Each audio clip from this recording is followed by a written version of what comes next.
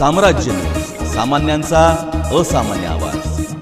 खंडेनवमीच्या निमित्ताने आयोजित केलेल्या आयुध पूजन तथा यंत्रपूजनाच्या निमित्ताने आपण आपापल्यातल्या कौशल्यास स्पर्धात्मक युगात टिकवून ठेवण्यासाठी विकसित केले पाहिजे.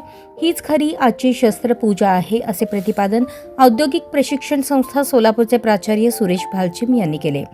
त्यांनी संस्थेत दरवर्षीप्रमाणे आयोजित केलेल्या खंडेनवमीच्या निमित्ताने कर्मशाळेतील यंत्रपूजेस वेळेस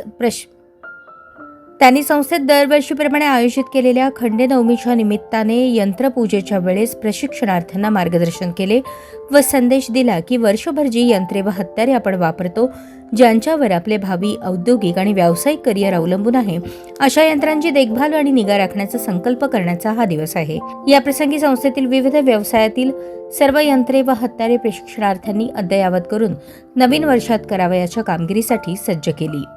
याप्रसंगी संस्थेतील वरिष्ठ गटनिदेशक तथा उपप्राचार्य झणझणे SS, Golekar SR, Ashok Mirgane NS, मेत्रे शिंदे SS, स्वाती जगझाप तसेच वरिष्ठ निदेशक यांच्या उपस्थितीत संस्थेतील सर्व व्यवसायांमधील यंत्र आणि आयुध पूजन करण्यात आले.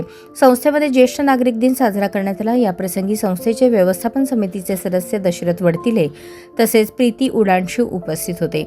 ज्येष्ठ नागरिक दिनानिमित्ताने संस्थेच्या माजी कर्मचाऱ्यांचा प्राचार्यांच्या हस्ते सत्कार करण्यात आला.